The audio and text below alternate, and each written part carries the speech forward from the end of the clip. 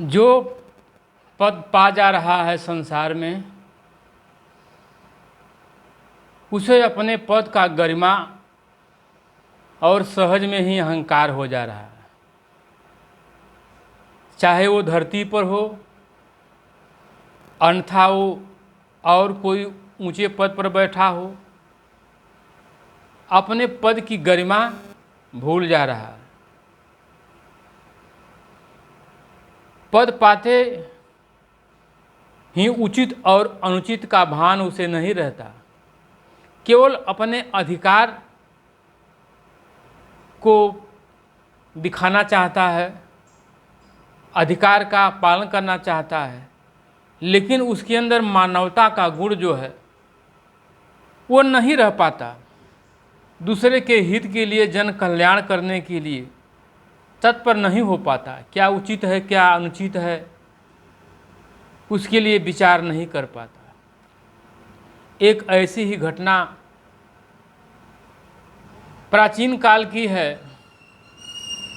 मांडव ऋषि Khandava one में साधना कर रहे थे, तपस्या कर रहे थे अपने आश्रम बना करके। उस वन में डकैतों का बोलबाला था। जो यात्री उस जंगल से गुजरते वहाँ डकैत लगते थे, और जो यात्री उस जंगल से गुजरता, जो व्यवसायी उस जंगल से गुजरता, उसका सारा धन माल लूट लेते। धीरे धीरे घटना बढ़ने लगी, घटनाक्रम बढ़ने लगा, व्यापारी आतंकित होने लगे। तो यह खबर उस प्रदेश के, उस देश के राजा को मिली। तो देश का सेनापति सेना को भेजा कि जा करके इन डकैतों के ऊपर कार्रवाई की जाए, इन डकैतों को पकड़ा जाए, वरना राज्य का व्यवसाय प्रभावित हो रहा है। दूर के व्यापारी व्यापार करने नहीं आ पा रहे हैं। व्यापारियों में दहशत हो गया है कि जाएंगे तो डकैत सब लूट लेंगे। रास्ते में जंगल का रास्ता था, सभी को जंगल से गुजरना था। तो सेनापति बोला सैनिकों कि तुम लोग, सैनिकों से बोला कि तुम लोग व्यवसायी का रूप पकड़ करके जाओ। तो जब व्यवसायी का रूप पकड़ के जाओगे, अपने साथ में धन दौलत कुछ लेकर के जाओगे, तो डकैत तुम लोगों पर जब आक्रमण करेंगे, फिर तुम लोग डकैतों को गिरफ्तार कर लेना, पकड़ लेना, उन लोगों को मार डालना। ऐसे अगर देखेंगे कि सैनिक हैं तो सैनिक के पास तो कोई आएगा नहीं। सिपाही व्यवसायी का भेष बना करके, उस समय साधन क्रम बैलगाड़ी का साधन था, उसी से व्यापारी अपना व्यापार करते थे। सामान लाद करके बैलगाड़ी पर लेके आते जाते थे। दूर का रास्ता था, कच्चा रास्ता था, गाड़ी मोटर का समय नहीं था। तो व्यापारी के रूप में सैनिक गए, और जब वहाँ गए तो डकैत घात लगा करके पहले से बैठे हुए थे कि कोई व्यापारी आए तो लूटा जाए। जब डकैत देखे तो डकैत व्यापारियों के ऊपर, जो व्यापारी के भेष में सैनिक से, उन लोगों के ऊपर टूट पड़े, और जो धन रखा हुआ था लेकर भागने लगे। तब तक सिपाही अपना तलवार खींच करके जब दौड़े डकैतों को मारने के लिए, तो डकैत अब लाचार हुए। वो तो सोचे थे कि ये व्यवसायी हैं, बनिया हैं, ये बनिया को तो सभी कमज़ोर समझता है। गांव में एक कहावत कहा जाती है कि बनिया जान के छेड़ मर कही, कि बनिया को जान करके बकरी भी मर कही हो जाती है। तो वो तो डकैत खूंखार थे, लेकिन बनिया के भेष में सिपाही मिल गए। अब तो वो लोग भाग खड़े हुए कि ये तो सिपाही हैं, और भागते भागते, धन लेकर भागते भागते कहाँ पहुँचे? मांडव ऋषि के आश्रम में। और मांडव ऋषि साधना करके तपस्या कर रहे थे, अपना आसन लगा करके बैठे हुए थे। जाकर कि बोले कि महात्मा जी, ऋषिवर जी, हम लोग व्यवसायी हैं और हमारे पीछे डकैत चोर लगे हुए हैं, आप हम लोगों का जान बचाइए। जो डकैत थे वो जाकर के कह रहे हैं ऋषि जी से, मांडव ऋषि से, कि हम लोग व्यवसायी हैं और डकैत हमारे पीछे लगे हुए हैं, आप उनसे हमारा प्राण बचाइए, ये धन है कहीं बताइए, इनको रख दें और हम लोग यहाँ से भागें, वरना डकैत हमें पकड़ लेंगे, हमारा जान माल का खतरा है हमको, आप कोई उपाय कीजिए। अब वो सीधे साधे साधु महात्मा वो क्या जाने कि ये लोग छल भरी बात बोल रहे हैं, इनके अंदर छल प्रपंच है। बोले कि ठीक है, कुटी के पीछे तुम लोग अपना सामान रख दो और देखो इस रास्ते से भाग जाओ, ये रास्ता सुंदर है, इस रास्ते से निकल जाओगे, तुम्हारा डकैत पीछा नहीं कर पाएंगे। अब वो डकैत तो वो थे, सामान जो लूटे थे ऋषि के आश्रम में पीछे रख करके और भाग लिए। और ये घटना दूर से सिपाही सब देख रहे थे कि अरे ये तो चोर जा कर के इस साधु के आश्रम में सारा सामान रख कर के चले गए, साधु इनको भगा दिया, लग रहा है कि यही साधु इन डकैतों का सरदार है। अब मामला फंस गया। सिपाही सब आए वहाँ पर, बोले कि अरे तुम तो पाखंडी हो, ढोंगी हो, साधु के वेश में डकैती कराते हो, ऐसा घृणित काम करते हो। मांडव ऋषि बोले कि अरे वो तो कह रहे थे कि हम लोग व्यवसायी हैं, तुम लोग डकैत हो, उनका पीछा कर रहे हो, और तुम लोग कह रहे हो कि हम सिपाही हैं, वो लोग डकैत हैं, ये क्या मामला है। एक सिपाही बोला कि देखो ये डकैतों का उस्ताद है, ये कैसी फौरेबी बात बता रहा है, ये पहाड़ा हम लोगों को पढ़ा रहा है, चलो इसको गिरफ्तार करो, पकड़ करके ले चलो राजा के पास, अब राजा ही इनका न्याय करेंगे। अब मांडव ऋषि को गिरफ्तार किए, ले गए राजा के दरबार में, राजा के दरबार में प्रस्तुत किया गया, और वहाँ मंत्री पारी पारी से सभी का सुनवाई कर रहे थे, जिसका जैसा अपराध था उसको वैसा दंड मिल रहा था। मांडव ऋषि को ही प्रस्तुत किया गया राजा के सामने। राजा बोला कि ये साधु महात्मा को क्यों पकड़ कर लाए हो, क्या काम है इनका। मंत्री बोला कि अरे महाराज ये साधु महात्मा नहीं, साधु महात्मा के भेष में ये डकैत हैं, जो खांडव वन में डकैतों का गिरोह है, वो गिरोहों का ये सरदार है। राजा बोले इसका क्या सबूत है, कैसे इनको तुम कह रहे हो कि डकैतों का सरदार हैं। तो सेनापति बताया कि महाराज जो डकैत, सेनापति बताया कि जो हम सैनिकों को भेजे थे डकैतों को पकड़ने के लिए व्यवसायी के रूप में, और वहाँ वन में जाने पर डकैत उनके ऊपर धावा बोले, और जब धावा बोले हमारे सैनिक उनको मारने के लिए तत्पर हुए, पकड़ने के लिए तैयार हुए, तो वो लोग भाग निकले और भाग करके सारा धन खजाना ले जा करके इन्हीं के आश्रम में रखे वो भाग गए, और ये उन लोगों को भगा दिया। ये सरदार है उन लोगों का, डाकुओं का सरदार है।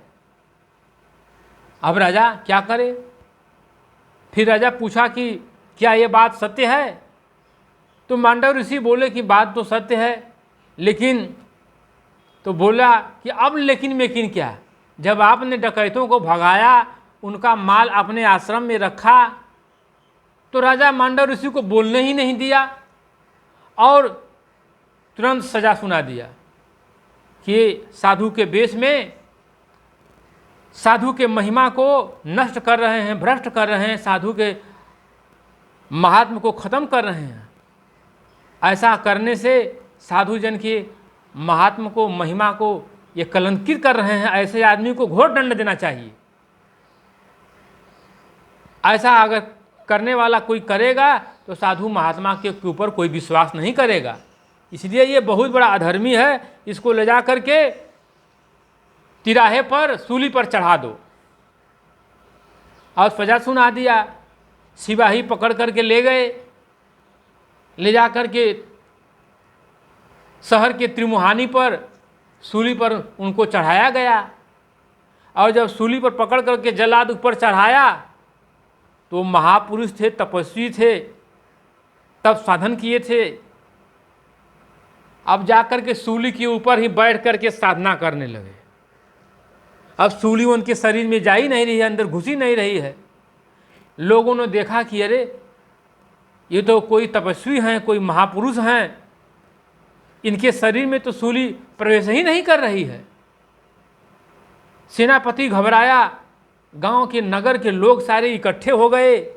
कोई पहचानने वाला दूर का आया तो पहचान लिया कि अरे ये तो मांडव ऋषि जी हैं, ये तो बहुत अनर्थ हो गया, इस राजा का तो नष्ट हो जाएगा, राजा का सत्यानाश हो जाएगा, इसने तो बहुत बड़ा अधर्म कर दिया इनके साथ। राजा भी खबर सुना कि वो तो मांडव ऋषि हैं, बहुत पहुँचे हुए संत हैं। पश्चाताप करने लगा कि मैं तो जान नहीं रहा था, मैं क्या करूं, मुझसे बड़ा अधर्म हो गया, बहुत बड़ा पाप हो गया, अब क्या करें। राजा रानी सारे मंत्रीगण सेनापति सब दौड़े दौड़े आए, आके चरण में त्राहिमाम त्राहिमाम त्राहिमाम करने लगे। बोले कि भगवान हमसे बहुत बड़ी गलती हुई है, आप हमें माफ़ कर दीजिए, हमको पता नहीं था, हम समझ नहीं पाए, जान नहीं पाए। आप हमको जो दंड देना चाहते हैं वो दंड मुझे दे दें, हम स्वीकार करने के लिए तत्पर हैं, तैयार हैं। प्रभु हमसे बहुत बड़ी भूल हुई है। तो बोले कि राजन मैं तुम्हारे राज्य में रहता हूँ, तुम्हारे राज्य धर्म का पालन कर रहा हूँ, तुम्हारा आदेश था कि मुझे सूली पर चढ़ाया जाए, इसलिए मैं सूली पर बैठा हूँ। अब अगर तुम मुझे आदेश दो कि आप अपने आदेश से अगर तुम मुक्त कर दो मुझे, तो फिर मैं जाऊँ यहाँ से। राजा चरण पर गिर गया, तुरंत कहा कि सेनापति से कि मैं मुनिवर को अपने आदेश से मुक्त करता हूँ, प्रभु आपको अपने आदेश से मुक्त करता हूँ। फिर मांडव ऋषि बोले कि इसमें तुम्हारा कोई दोष नहीं है, दोष है धर्मराज का, वही ऐसी परिस्थिति प्रकट किया है। अब हम चल रहे हैं स्वर्ग में, धर्मराज से पूछेंगे कि तुमने ऐसा क्यों किया हमारे साथ। और उसी सूली पर से अपने तपोबल के साधना से पहुँचे धर्मराज के पास। धर्मराज का दरबार सजा हुआ था, धर्मराज बैठा हुआ था। जाकर के पूछे कि तुमने ऐसा क्यों किया, मैंने कौन सा ऐसा अधर्म किया था, पाप किया था कि जो तुमने ऐसा दंड मुझको दिलवाया। तो धर्मराज खाता बही पलटते पलटते क्या देखे कि बोली कि जब 8 वर्ष की आपकी अवस्था थी, आप छोटे थे, तो फतिंगा होता है जिसको टिड्डा कहा जाता है, आप फतिंगों को पकड़ पकड़ के उसकी पूंछ में कांटा गाड़ देते थे। देखे होंगे पहले बड़े बड़े फतिंगा होते थे, बरसात के महीने में उड़ते थे। तो बोले कि ये बताओ तुमको पता नहीं है कि बालक जब अबोध रहता है 8 वर्ष से लेकर 12 वर्ष तक की उसकी सारी उदंडता माफ रहती है, क्योंकि वो अज्ञान रहता है, उसके पास ज्ञान नहीं होता कि क्या करना चाहिए क्या नहीं करना चाहिए, क्या उचित है क्या अउचित है। और अगर अभी दंड भी तुमको देना चाहिए था तो उस स्तर का दंड देना चाहिए था कि एक टिड्डे के पूंछ में कांटा चुभा देने से तुम इतना बड़ा दंड दोगे कि सूली पर चढ़ा दोगे।